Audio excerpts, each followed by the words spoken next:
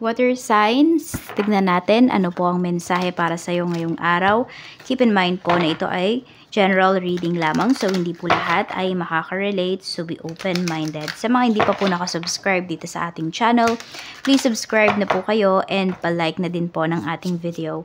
At sa mga nais pong mag-avail ng ating private readings, ng ating Evil Eye Amulet Necklace at ng ating Tears Bracelet, makikita nyo po yung link sa description box. Tarot Intentions by Eliana Reyes, okay? So we have spiritual gifts. Yan po. Water signs. Now, open na ang inyong mga spiritual gifts. For some of you, pwedeng nagme-meditate kayo. Meron dito. Heartbreak. Okay. Meron dito, may pinagdadaanan kayo. No? You are trying to heal your heart. So, merong na-depress because of love. And dito na-open yung inyong, yung inyo pong gifts. Okay. For some of you, hindi nyo lang talaga pagdaanan yung heartbreak na yan, yung separation na yan, para ma-open yung gifts ninyo. Yes. Okay, so kaya meron dito, pinadala yung tao na yan na magpapasakit sa puso ninyo because meron lang po yung mission sa life ninyo. Hindi yung magstay, hindi yung forever na saktan kayo, kung hindi po, para ma-open yung inyong spiritual gifts. Yes, yun talaga. Yun talaga yung purpose ng tao na yun sa life mo. So, lahat naman ng taong dumadaan sa life natin, may purpose yan. Lahat ng nag-i-stay sa life natin, may purpose yan. Kayo din, kapag napupunta kayo sa buhay ng isang tao, may purpose kayo doon.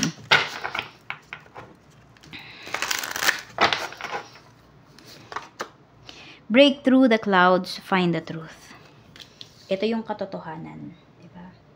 Na for some of you, medyo nahirapan kayong i-accept kasi nasaktan kayo eh. And that is normal. Huwag kayong mag-alala pag nagamayin nyo na yung inyong spiritual gifts, yung spirituality ninyo. Ayan po, maiintindihan nyo din kung ano ba yung nangyari na to at bakit ba to nangyari sa life ninyo. Tignan po natin ano pa yung mensahe.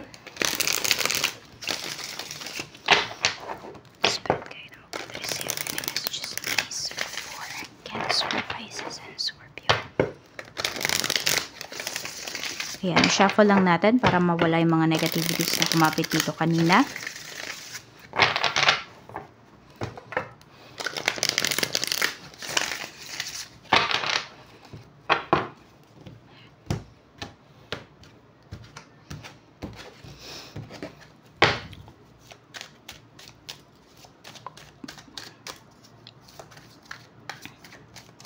Work. 5 of Wands. Ayan, meron ba competition dito sa work ninyo? Or feeling mo ba napakalalakas mga competitive yung mga co-workers mo? Pwede rin may nakakaaway ba kayo ngayon sa trabaho? Or may nakasagutan kayo dito? So, keep your cool lang. Water signs. Ayan, para hindi na lumaki yung away na ito. We have the High Priestess. So, gamitin mo daw yung isip mo dito, no? Kesa emosyon pagdating sa pakikipag-debate dito sa tao na to. Or kung meron man ngang nang-aaway sa'yo dito, use daw your mind, not your heart, diba? Kasi baka may masabi ka sa tao na to na pwede mong pagsisihan, ganyan. Or meron kang worse na magawa because mas umiiral ang iyong, ang iyong emosyon. Okay, co-worker mo, we have Queen of Wands. So, meron nga ditong co-worker mo na naiinggit sa'yo. Meron dito, babae na naiinggit sa'yo. Pero kung marami na mas, ano ba yan? Yung iba naman sa'yo, kung kayo ay lalaki.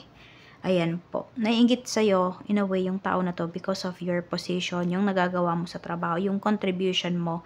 Kaya, mag-ingat ka kasi pwedeng medyo i-flirt ka ng tao na to. Baka yun yung gawin niya para ma-distract ka pagdating dito sa work.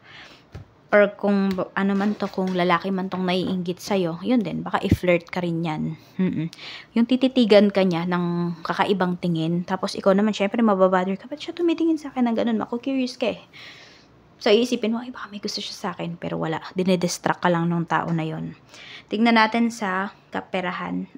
Tignan mo na pala natin sa mga gustong mag-resign. 4 of Swords. Okay. Di ba sa inyo po, kung naapektuhan na yung inyong mental health pagdating dito sa trabaho, okay daw po, mag-resign kayo. Tsaka mas magkakaroon daw po kasi kayo ng peace of mind dun sa magiging next job ninyo. So, ayan, yung meron dito gusto mag-resign na, pwede nyo na yung i-go. Tignan naman natin, pagdating naman po sa, sa negosyo. Knight of Swords.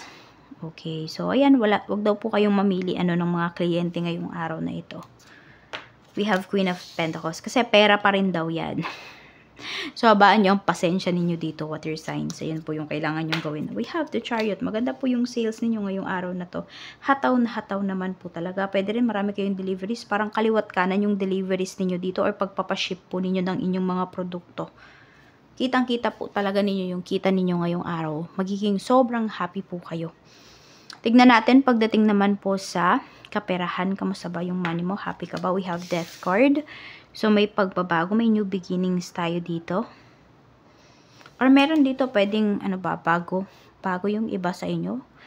Bago lang kayo dyan sa trabaho. Or bago lang yung iba sa inyo dyan sa abroad. Kaya, medyo naninibago pa kayo dito sa currency. Parang iba sa inyo, lagi nyo pang,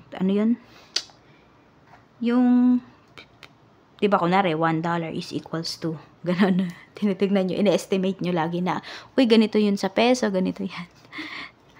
So, we have Death card, we have 3 of Pentacles.